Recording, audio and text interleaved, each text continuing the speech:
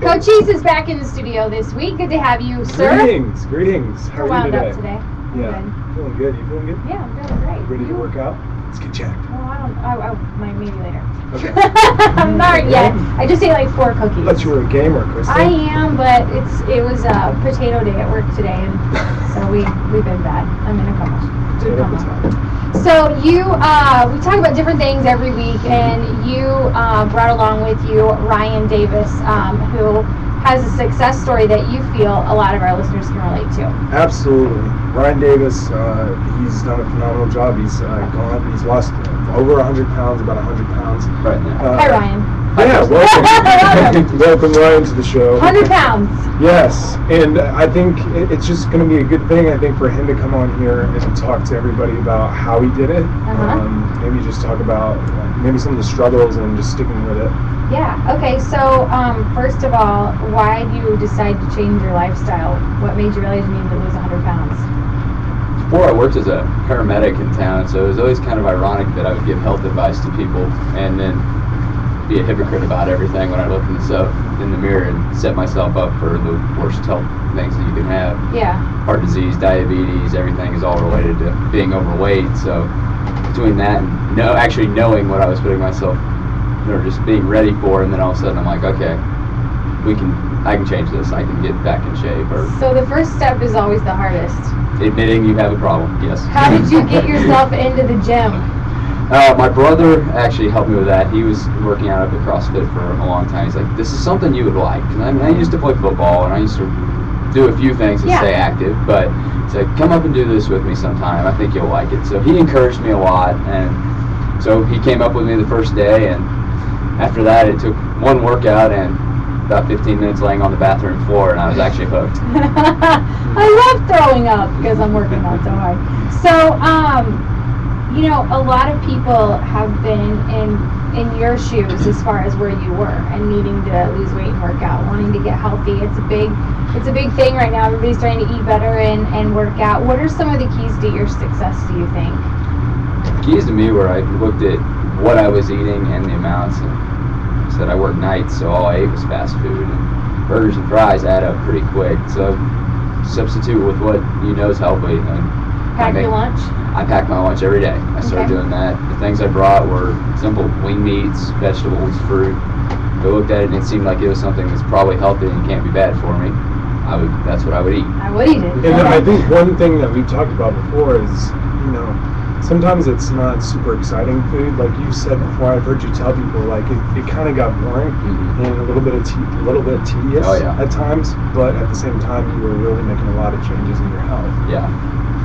When you eat broccoli and chicken or steak and broccoli every day, it gets old. Right. But I set up and I would have cheat days. I mean, I love pizza. Who doesn't? Right. So every couple of weeks, if I wanted pizza, I'd eat it. But what I noticed the biggest things was you didn't sit and eat 3/4 or an entire pizza. I'd eat 2 or 3 slices and okay, I'm content. That's all I want. Okay. Yeah. No, everything in moderation, definitely. What else do you think, besides changing the way that you were eating, made a big difference for you? I had a lot of support from everyone around me, my family, my coworkers. They were all on board with it. You get teased every now and then, but it was all in good fun stuff. The people up at the gym, CrossFit Springfield, all the coaches, everybody. Were you working out every day? Not quite at first. I'd go 2-3 times a week, and then that slowly turned in. After a couple months, that turned into 4, and then that turns into 5. You drank the Kool-Aid. I drank the Kool-Aid. Well, but I always say, I think just the key at the beginning for anybody beginning to get active is progression and moderation. You always say that. Yeah, so I think he's a perfect example of like he didn't burn himself out too quickly. Right. Slow steps. Yeah. Definitely. Okay, so what do you think, as far as your workout goes, has impacted your life the most? Oh, I'm definitely healthy now. I switched from being a paramedic full-time and now work for the fire department, and I actually was in my class when I went through, I won our physical fitness award. Oh, that's cool. Congrats. Yeah. Everything's changed. I'm not even close to the same person I used to be. Can you do things as far as fitness goes that you were never able to do before? Oh yeah, without a doubt. The thought of running a 400 used to scare me. Now okay, 4 or 5 miles, okay, I'm not going to like this, but I can go do it, and it'll be fine. Right on. Okay, cool. And I wanted to ask you too, if you had any advice for other people that are in the same situation that you were in a couple years ago.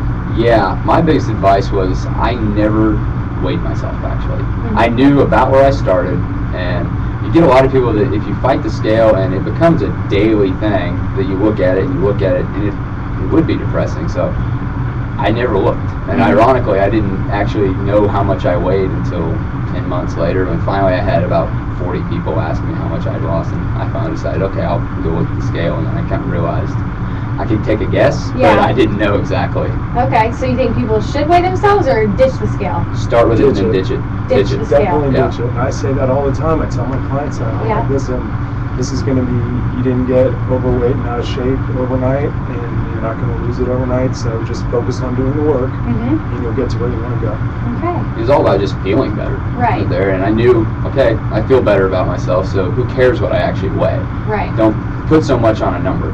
Numbers are kind of well, don't mess with you too much. Do you still drink beer? Of course. Okay.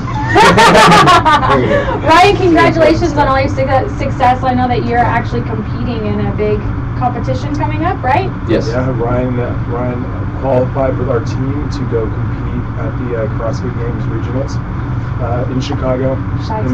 Yeah, so. Awesome. Well, good luck to you. Thank you. Your success story is pretty awesome. We've got a link to his story on the blog, q1on21.fm. Just click on Ask Cochise. You can watch this video from today, and of course, link up to Cochise's blog, Proximal Strength, and see the before and after pictures of Ryan Davis. I think you'll be pretty impressed on his journey to getting fit. Ryan, congratulations and good luck. Thanks again. Bye, Cochise. Bye-bye. He's vandalism.